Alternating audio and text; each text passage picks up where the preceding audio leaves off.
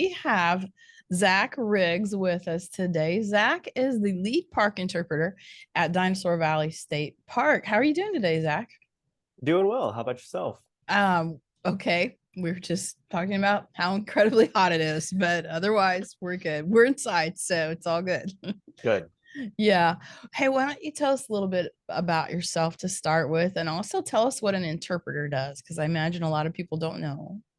Sure. Well, like you mentioned, my name's Zach Riggs. I am the lead interpreter here at Dinosaur Valley State Park. And what an interpreter does is essentially we're education and outreach for the park. So my job is to get people to care about the park. And in order to do so, we've got to show them things that they might not be aware of. So I run the different programs here at the park, like why is that tree important? Why are the tracks important? Why do we want to keep these things around? And why do we want to keep them for future generations? So it's part of my job to identify those and really help bridge the gap between our natural and cultural resources and the visitors that come to the park. Yeah, you know what? That sounds super easy, but I can tell you from experience, it is not as easy as it sounds to get, to get people who aren't just naturally outdoorsy like us, who didn't get that gene or whatever, to get them excited about what's going on there. But It can be a challenge sometimes. yeah, yeah. But I mean, you work at Jurassic Park, right? So Yeah, pretty much. how cool is that? We've talked a lot about different types of terrestrial life, but we never talked about anything prehistoric before. So I'm super excited about this. The big thing at Dinosaur Valley State Park is these prints in the stream or the river or whatever. So why don't you tell us about that? Tell us what kind of prints have been found there. Sure. So all of our dinosaur footprints are found in the Paluxy River. That's the eroding feature that has revealed the tracks to us. And we have two main species of footprints and possibly four, maybe even a fifth, but not quite Wow. sure on that one. But the two species that we have documented for the tracks are Acrocanthosaurus, which is a theropod, and Sauroposeidon, which is a long neck. So those are the two main species, and you can find hundreds of those footprints here in the park. We also have a couple other species that we're pretty sure about, and that would be Iguanodon. And the fourth species, it's not a species, more of a type of dinosaur. It's an ornithomimid, which is an ostrich-like dinosaur. So if you've ever seen the very first Jurassic Park where Dr. Grant and the two kids are being chased by the flocking dinosaur, Yeah. the that is an ornithomimid. The Gallimimus is a Oh, very similar dinosaur to the ornithomimid that made our footprints. But nice. again, two main species are Acrocanthosaurus and Sauroposeidon. Okay. And the long neck, is that the sauroposeidon? That's Sauroposeidon, When yes. you say long neck, do you mean for some of us watch the cartoon growing Man up. Before Time. Yes, Yes. I watched Little. Yeah. that before time. There was a long necks on Mhm. there. Are those like what are they? Brontosaurs, brachiosaurs, Yep. something like So that? what is it? Was What are the it big? Ducky on Land Before Time? I think I was can't the long neck. remember. It's been It a was hot minute. Yeah. it was Littlefoot was the long neck called by Littlefoot was the long Ducky. neck. Mhm. Okay, Sorry, okay. I watched way too many movies as a I kid. was So Sauroposeidon is a long neck, just like Brontosaurus, Okay. Brachiosaurus, Titanosaurus. These are all different kinds of sauropods. So they stand on four legs, have a super long neck and long tail, and are herbivorous dinosaurs. Sauroposeidon, the thing that really stands out to me is it is one of, if not the tallest dinosaurs that we have found to date, that paleontology has found to date. And that's a dinosaur that could stand up to 60 feet tall, which is Wow. Oh my absolutely goodness. huge. Yeah. Absolutely huge. Interestingly Wow. enough, though, it was a very lean sauropod at 44 tons, while other sauropods were getting much heavier than that, maybe not as tall, but it was a very lean sauropod, 60 foot tall and 44 tons. Just incredible. Wow. And so I've been to the park, and is that the one that leaves the really obvious three toes out front. No. So That's that ostrich thing.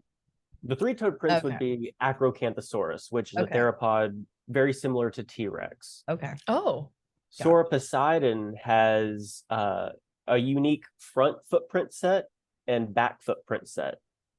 Their back feet were much larger than their front feet. The front feet kind of looked elephant-esque, Oh, okay. and the back feet looked bear-esque, and with the heavy emphasis on esque. Mm-hmm. I Yeah. could see elephant-esque for a Yeah. long neck Yeah. ish. Well, the prints, excuse me, some of the prints are incredibly clear. I mean, some of them are just like, oh, that's a fuzzy hole right there. I'm not really sure what's going on there. But others are just like, whoa, an animal step there. That's Mhm. crazy. Yeah. So Absolutely. everybody should go see them if they haven't seen them. We actually are a world-class track site. Really? And yes, it's not just a marketing gimmick by any means. We are legitimately a world-class track site in the amount of detail that our tracks have, the number of tracks, as well as the volume, or excuse me, the high number of different species types. Yeah. Wow. So all three of those combined help to make us a world-class track site. But it's really incredible. You can see the curvature of the animal's foot pads that was translated Wow. into mud, that then turned into rock, stayed underground for 113 million years, and then finally exposed in essentially our modern day and time. And the detail that you can see is just exquisite. Yeah. You can see where the claws came out of the foot and dug into the mud. You can see how the animal was walking, whether it was sinking down deep into really soupy mud, or if it was a smaller, lighter dinosaur and didn't leave as much of an impression. Yeah. You can make out so much detail. That is really cool. It's a very neat place. I can tell. I've taken both of my kids there when they were of the dinosaurs are super cool kind of age, which I think they both still kind of are. But I mean, you're like living the little boy's dream, right? Oh yes, Jurassic Park came out at a very pivotal time in my development, and I think it just stuck with me. Yeah. I also grew up right next to the park. So it Oh. was literally a fence or two, and I was at the park. And so I thought everybody had dinosaur footprints in their backyard.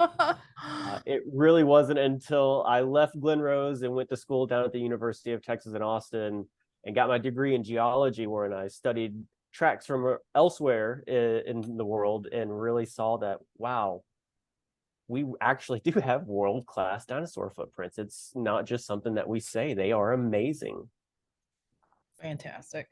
Zach, speaking of geology, is there something special happening at the park with the soil that makes these tracks so clear, or is it just by chance that they preserved well? Like, how does that work for our listeners and for myself? Because I have no Yeah. idea. I'm wondering, how did these get preserved so well? I know. I have so many questions. Yeah. We wrote questions, y'all, but now we're just like we're just leaving it now. It's really a bit of both. It's the perfect chemistry of the mud combined with just the, how should I say it? Perfect chemistry combined with the perfect output of every possible way. I didn't articulate that very well. But the chemistry of the mud, we'll start on that one. Back 113 million years ago, when that rock was still mud, it had a very good limey component to it, to where it was already priming itself to turn into rock should that opportunity arise. So it had a great consistency of it. It wasn't too soupy, it wasn't too hard. It was just the right squishiness to collect that footprint and hang on to it. Then after that, you have a cascading event of perfect circumstances.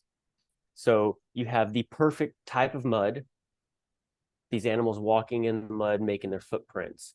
And then for anything to fossilize, be it a footprint or an organism, it needs to be covered up quickly. It's what we call rapid burial.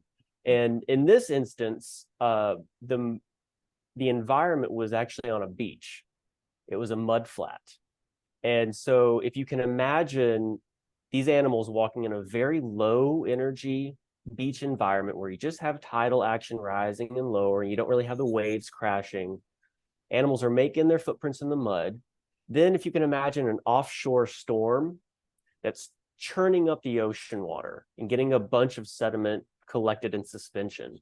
As that storm surge comes inland, it starts to lose its energy and precipitate all of that sediment out, and it fills up those tracks. And it only takes a few inches to fill up a track, whereas, if I was an Acrocanthosaurus at 15 foot tall and 7 tons that had died right next to it, it would take a lot more sediment to cover me up. So fossilization was more conducive to tracks in that environment than it was, say, to the actual organism of the dinosaur. So you have the storm surge that's come in, it's capped off your tracks.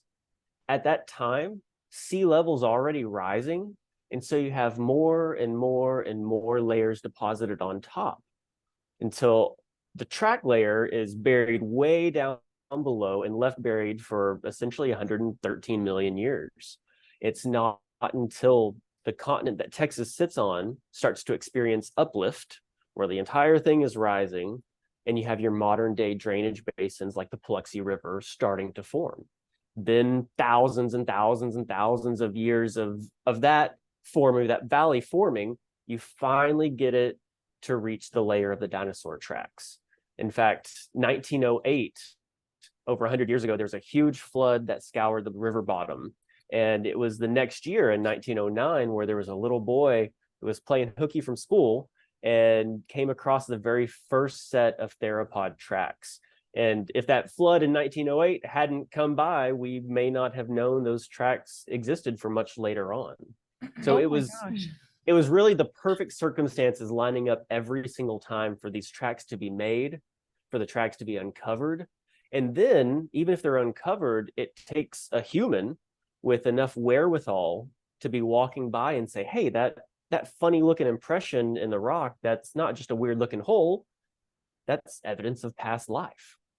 So it takes all of those things on top of each other for these tracks to be known. Wow. And we're alive during that time. How crazy is that? Know, right? Exactly. The span of time, and that little boy in 1909, not having seen Jurassic Park, clearly seeing these tracks saying there's something here, and then still being around now. I mean, because sorry, we're totally off script now, folks. Do you think that these sort of flooding events threaten those tracks? Because I mean, how quickly could they be washed away that they're still here after 100 years? Is that unique, or that lime and that stone, that's going to be a long-term track there? I don't even know.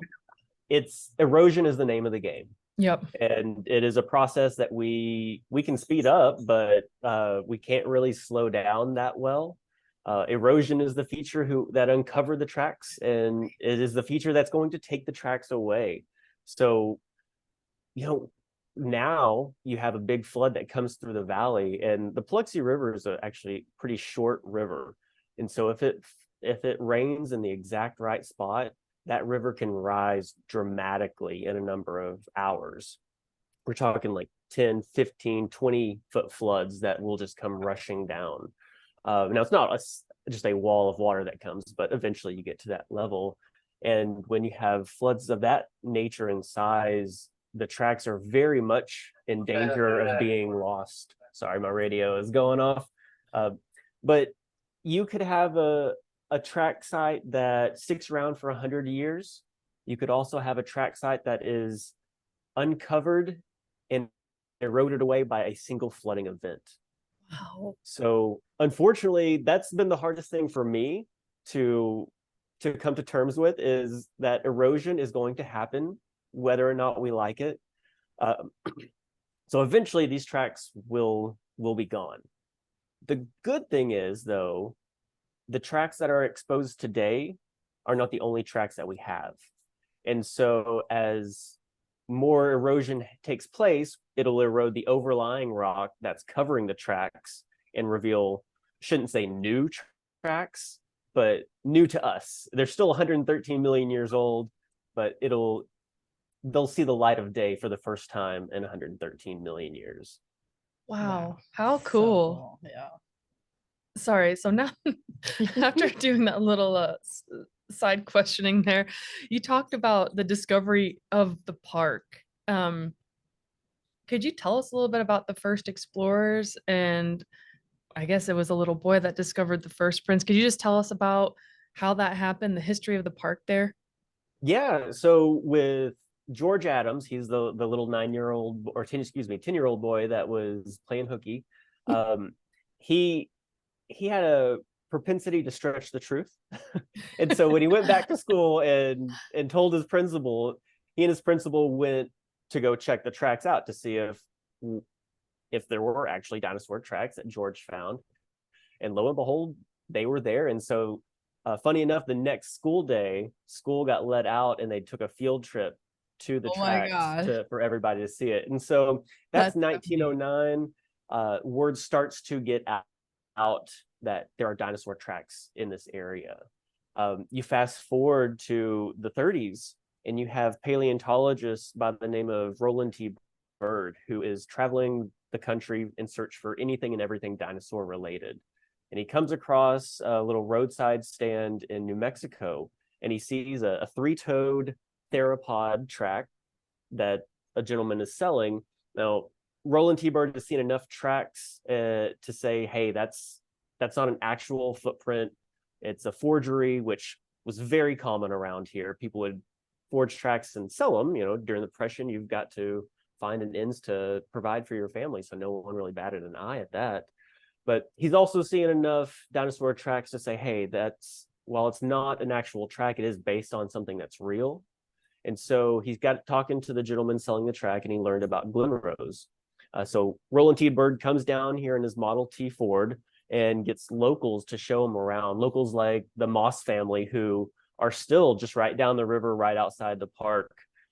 They were some of the very first track guides of this area because they lived on the river. They knew where everything was.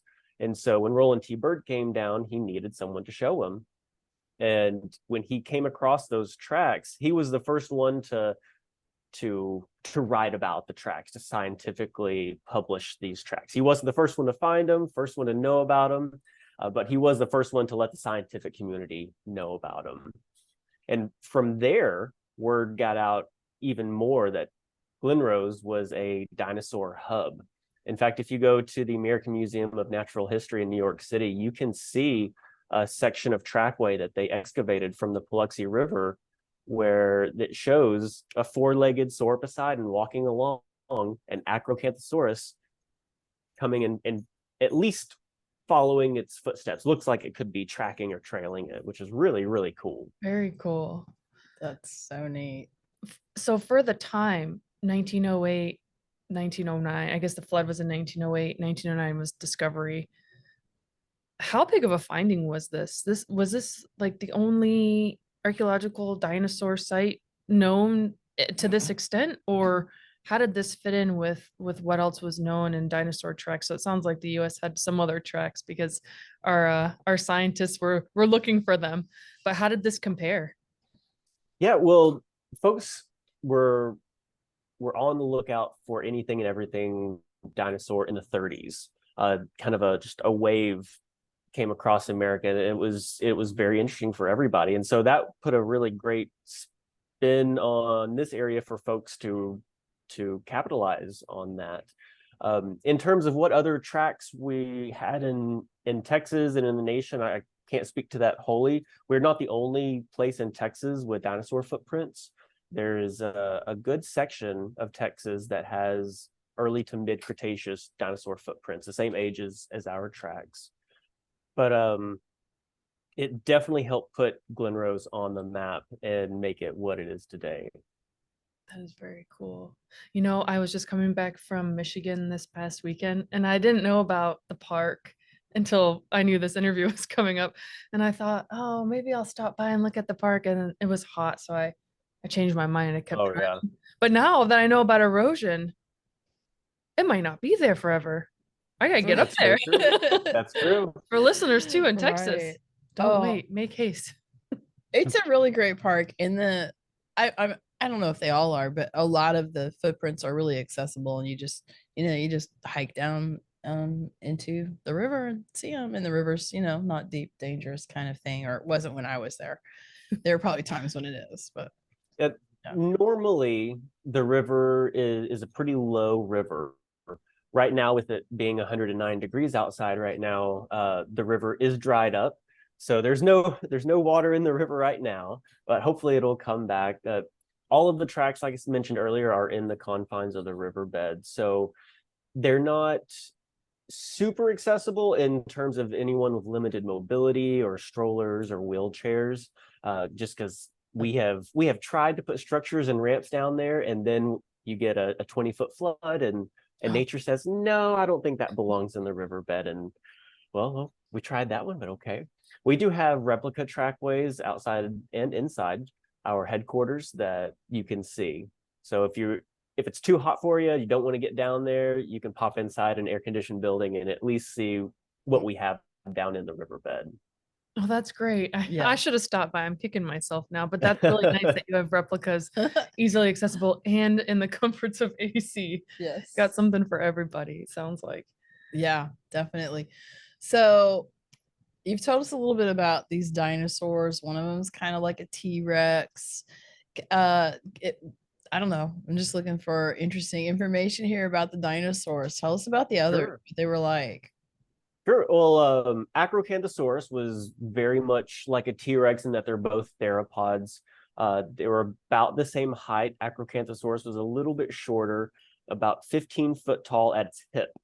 So if you imagine what T-Rex stands like, he doesn't stand upright like a kangaroo or a human. They have that great big old head and tail to help balance them out. So Acrocanthosaurus was very similar. However, Acrocanthosaurus was twice as old as T-Rex is. There's about 66 million years that sits in between us and T-Rex. There's almost that same period of time, same length of time between T-Rex and Acrocanthosaurus. So those two dinosaurs never saw each other, but Acrocanthosaurus was an apex predator just like T-Rex. One of the interesting things, if you look at their skeletal structure, they're very different in terms of density.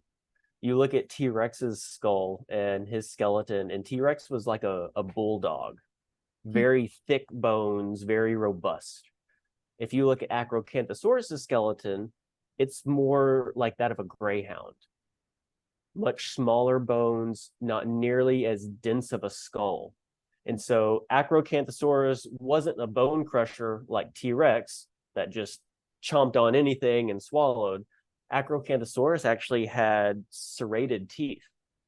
And so it would have had to have taken more calculated bites than just biting willy-nilly. But very, very interesting dinosaur. Acrocanthosaurus actually means high-spined lizard.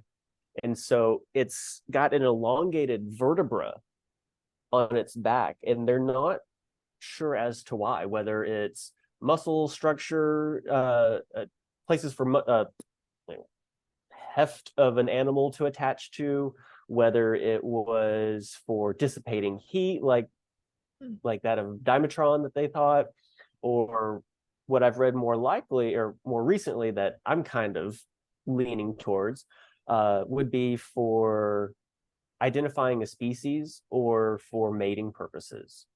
So if you look at different types of antlered animals, like different types of deer, you have very different sets of horns that may or may not serve a defense function.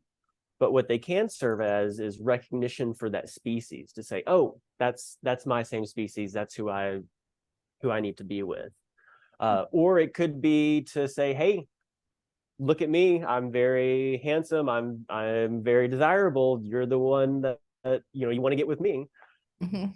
For whatever reason, we don't know, but the skeletal structure does show that elongated vertebra, which is really interesting in my mind.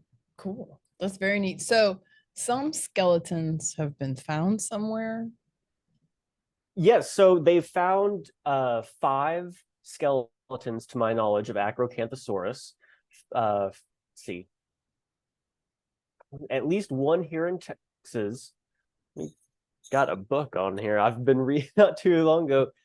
They found a couple in Oklahoma as well, and Oklahoma state dinosaur is actually Acrocanthosaurus. Oh, okay. But they have found most of the skeleton, not a full complete skeleton on any of the dinosaurs, but enough to where they can almost entirely recreate the dinosaur's skeletal structure on that one. Oh, interesting. And so would Acrocanthosaurus, would it have had feathers? Do you know? Or maybe Not no, maybe sure. no? Not sure on that one. The latest thing about feathers that I've heard is that feathers have been around for much longer than dinosaurs even. And the first feathers likely attributed to more of heat regulation, like a down jacket would, as opposed to that of flight. Even if you look at feathered birds or feathered dinosaurs like Archaeopteryx, those feathers weren't necessarily designed for flight, but could have had some use in the middle of that. So maybe a glided fall, or make it easier to run up a tree to escape a predator, something like that. Now, in terms of feathers for Acrocanthosaurus, I have not read anything that says yay or nay for that. I've seen a lot of stuff about T-Rex being feathered or not being feathered. Now they have found skin impressions of T-Rex from different parts of the body. I've also read where perhaps these dinosaurs had something called proto-feathers, where if you imagine a feather, you've got your central stalk that comes off, and then your little pieces that are the brightly colored or have a pattern on them. Now, if you take just that central stalk, to my understanding, that's what a proto feather would be. Okay. So it kind of looks like a spike, I guess. Yeah. But did Acrocanthosaurus have it? No clue. No clue. We don't have anything to indicate that it does. But I always say the lack of evidence is not the evidence of lacking. That's true. That's very true. So also Acrocanthosaurus, I'm just asking random questions now that Sure. popped into my head. They probably wouldn't have done this, but did any of the other guys leave like a tail impression as they walked? So we have some mystery marks in the park where they used to be attributed to tail drags. But in order for something to be definitively attributed to a tail drag, you have to see left foot, right foot, left foot, right foot, and that tail is pretty much in the center. We don't see any of that. There are just long drag marks. So really, they're just mystery marks at this point. There's hypotheses about what they could be, but not sure. Now, did Acrocanthosaurus drag its tail? Not likely. It was more likely that it was using that tail to help balance it out. Okay. Can you paint a picture for us of what the area might have looked like at the time? You know, we can go there and we can see it now, but probably the plant life was very different and maybe the weather patterns and all that stuff. What was it like back then? Sure. Well, it was a very warm earth environment.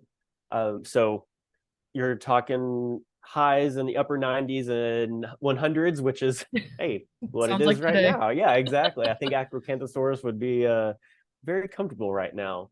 But continents were more or less in the same position that they're at right now.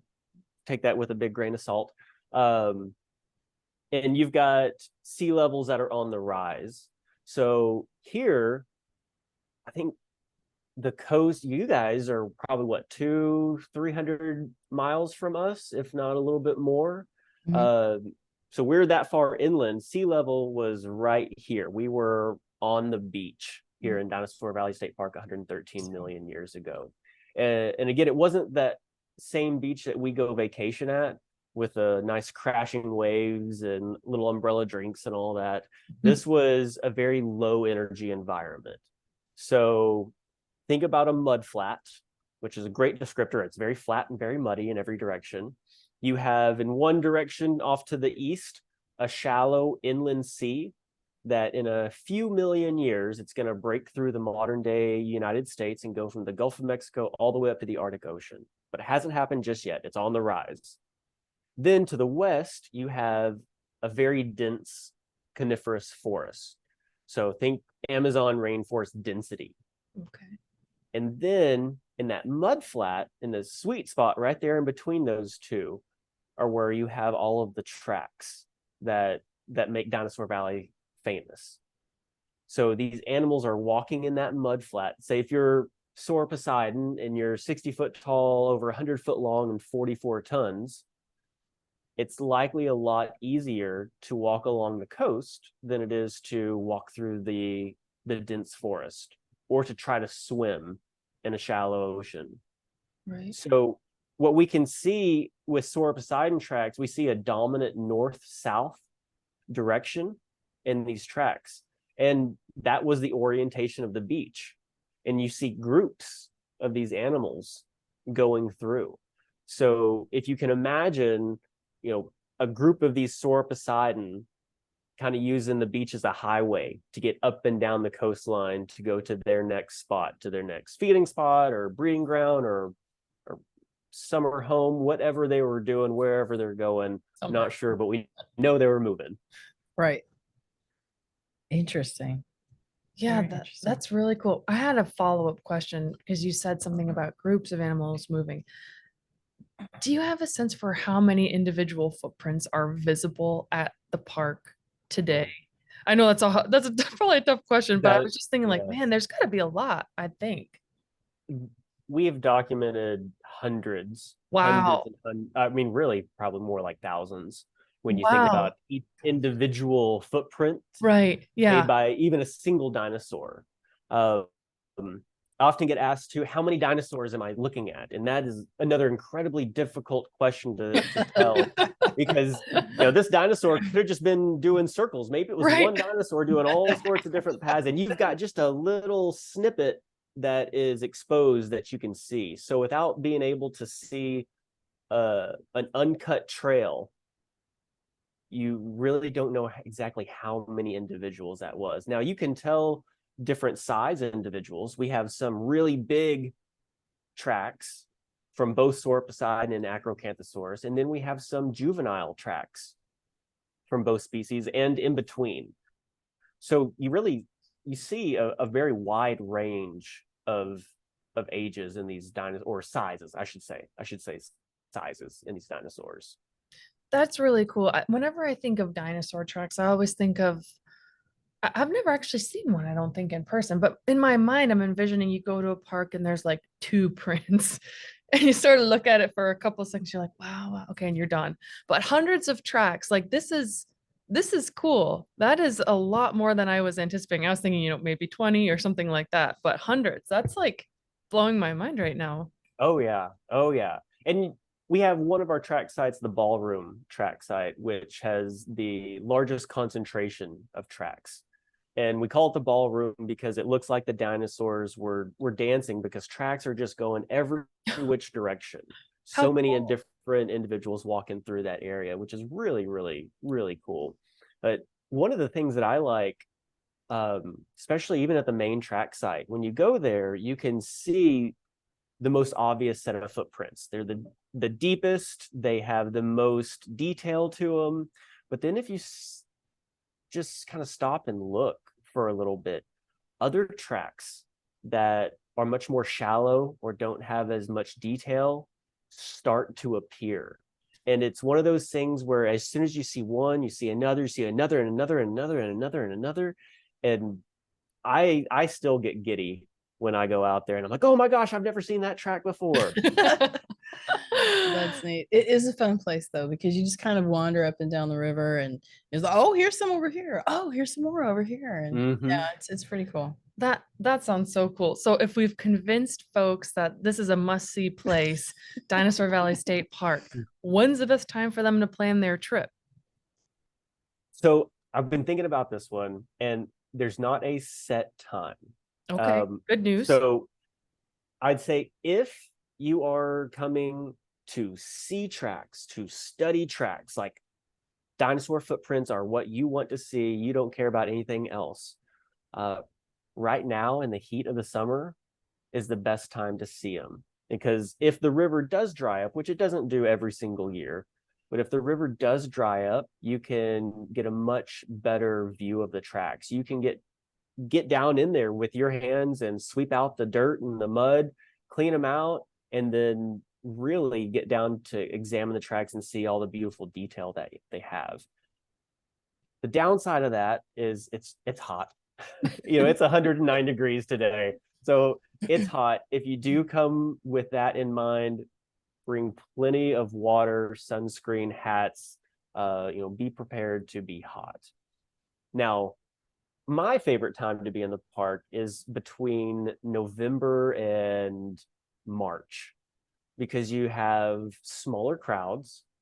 The weather is nice. The weather can be in the low 70s during that time. It could also be 15 degrees, you just never know.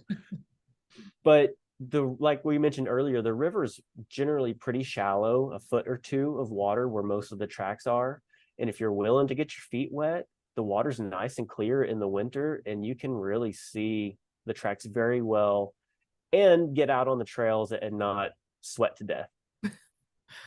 And so you mentioned the ballroom. Is there any other part of the park that's a must see? Obviously the whole park's a must see, right? But if you were short on time and you had to pick a few things to do you have any recommendations for, like, you gotta see this one thing? If you're short on time, the main track site is where you want to go first. And even if you're not short on time, that's where I send most people to first, because that's the only track site in the park that we have roped off, and a little sign there in that roped off section saying, hey, tracks are right here. Everywhere else, you've got to look on your map to find the track locations. Okay. But if you go to the main track site first, you'll get a good idea of what to look for elsewhere in the park. So main track site first. And then if you want a little hike, it's only about 3/4 of a mile from the main track site to the overlook, which is the best view in the park. And you can do that easily in an hour, there and back in an hour. So main track site and the overlook are my two recommendations if you're short on time in the park. Okay. But if you want to explore, if you got time, hit them all up. The Denio track site, main track site, our ballroom, Blue Hole, even go all the way up to the Taylor track site, which is the furthest track site that we have in the park. It's the Taylor site. And it's so far off or out of so far away from everything else that it's not even on the trail map. It's just a little arrow that says, hey, Taylor site this way. But the Taylor site was at once home to the longest individual theropod trackway in North America. It was about 305 foot long. It was a singular Acrocanthosaurus trackway. Now, subsequent flooding and subsequent erosion has broken that singular trackway up, but you can still make out the trailway. Cool. That sounds like it's a must-do trip. Yeah, it is. I'm bummed I didn't come through this summer, but now it's on my to-do list. Oh, you need to. I'll go with you. Okay, It's sounds such a cool good. place. Yeah. I mean, did you even know that we had a state dinosaur? I didn't. I didn't either. Andrew wrote it on the paper for us. yeah, and it's the Sauroposeidon. Is that right? Am I saying it right? Yep, Sauroposeidon. Sauroposeidon. Okay. That's our long neck. Sauropod, right? That's the long Yeah. neck. And those are the tracks that you see there, right? Yep, How absolutely. cool is that? I bet most states don't even have footprint. Well, We have the tallest we Right. have that's right, and the leanest tallest and the leanest, yeah. at 44 tons. I keep thinking about that. Man, that Very puts neat. summer diets into perspective. 44 tons Exactly. of lean. I love it. So one of the things we like to ask our guests is for advice for people who are listening who would love to have a career like yours. What's the best advice you could give for somebody who either wants to, get into dinosaurs or be an interpreter at a state park? Very first thing would be fall in love with the outdoors. Um, that's really first and foremost. If you've got that love of nature and love outdoors, you're on the right path. I wouldn't come out here without that love because it gets hot, it gets cold. But if you want to share that with folks, you're definitely on the right path. Having that love for nature, having the desire to learn about it, and then share what you've learned with others, that is really the best thing if you want to be an interpreter like my position. You want to get folks excited about the features that you have in the park so that they in turn start to care about it. And if they care about it, then they're more likely to want to take care of the park in the future. And so for state parks to be relevant now, 50 years from now, 100 years from now, we've got to plant those little seeds of interest. So if you have an interest in that, you're on the right path for that. I would also say, know the 7 principles of leave no trace. If you're, say, a student wanting to get into this path, there are lots of summer internships that the agency can provide. We actually had 3 different interns here this summer at our park. Wow. And if you don't want to do it in the park side, there's a complete agency that is Texas Parks and Wildlife. Everything from IT to law enforcement to HR to management, all sorts of different paths that you can take if wearing a uniform isn't your thing, and lots of other sides to that as well. Even something called the Ambassador Program, which is for 18 to 30-year-olds. And it's to get a younger generation that can speak to a younger generation and help be that ambassador for parks, help us bridge that gap and get folks to care about us, to care about the parks and nature. Right. Well, that's great to know about those programs. Yeah. And we've talked to several Texas Parks and Wildlife folks, but they've always been the wildlife, not the parks people. And you might be the first parks person we've talked to. All right. I can't think of any others. Yeah. So I'm glad you're here. Thanks for having me. Okay, we've got one last question for you. It's our Sure. signature question. It's time for biology blunder. Dun, dun, dun. So this is our question we usually ask about something funny that happened in the field, or a mishap, or you had a plan and it just didn't go according to that. Do you've got anything you'd like to share with us about Dinosaur Valley or any of your time working in this field? I'd say you have a plan and nothing goes according to that plan is almost every day. That's, you come into work saying, I'm going to do this. The park has its own needs and its own priority, and you're going to do that day instead of what you had planned. So that's kind of one of the fun things. I've been thinking about this question a lot. I started with, we've had such drastic changes in our weather in the past few years. In 2021, we had a freeze that lasted, it was like over 5 or plus days that it didn't get out of the teens. And the Paluxy River actually froze over solid so hard that I was able to walk on the ice in some parts that I knew were not deep. So if it broke through, I was only going to go down a couple feet. But again, having grown up in this area, I'd never seen the river do that at all. And that was amazing. And then the next year after that, we had the state's biggest wildfire within a quarter mile of the park. And it was one of those things where we were prepping for the event, for that wildfire to enter the park. Luckily, the wind shifted it away from us. We didn't have to deal with that. But getting those big extremes within a year plus of each other was pretty crazy. And then right before we got to talking, I guess like the biggest, craziest thing that I've seen happen in the park, we have a downhill bicycle race that has happened in the park in the past, where certain trails get shut off and these guys just go as fast as they can downhill. Well, we had an injury, and as we were trying to set up ropes and everything to get this hurt individual out of the riverbed and up to the parking lot area where the ambulance could then take him out, I got tapped on my shoulder by one of our park hosts who said, "Zach, there's a fire going in the equestrian field."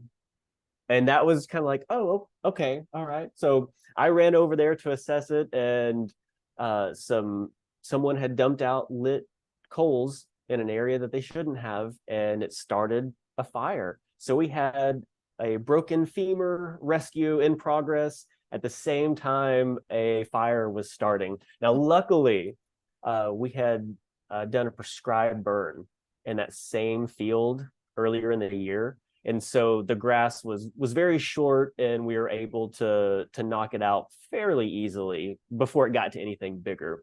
But having a fire and rescue in the park at the same time that were completely unrelated events, I'd say that's probably the craziest thing that I've seen.